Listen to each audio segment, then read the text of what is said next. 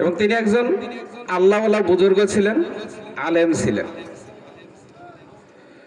তো সুলতান মোহাম্মদ গজনবী রহমতুল্লাহ আলাইহির মনের বাসনা ছিল, কামনা ছিল দুইটি। তিনি সদা সর্বদা আল্লাহর কাছে 5 ওয়াক্ত নামাজ পড়ে তাহাজ্জুদ গোজার হয়ে তাহাজ্জুদ পড়ে দোয়া করতেন, হে আল্লাহ, দুইটি কাজ না করে আমাকে কখনো মৃত্যুর কোলে ডাক দিও না। তার একটা হলো, হে আল্লাহ, আপনি যে কাজটা করলে রাজি খুশি হন, যে কাজটা করলে আপনি সন্তুষ্ট হন, সেই কাজ না করে মৃত্যুর কোলে ডাক দেন না। আর একটা হলো, আখেরে নবী হযরত মুহাম্মদ সাল্লাল্লাহু আলাইহি সাল্লামকে স্বপ্নযোগে না দেখাই আমাকে মৃত্যুর কোলে ডাক দেন না। তিনি এই দোয়া করতেন, হে আল্লাহ, আসছি অনেক পরে, নবী করিম সাল্লাল্লাহু আলাইহি সাল্লামকে চক্ষু থেকে দেখার সৌভাগ্য হয় নাই,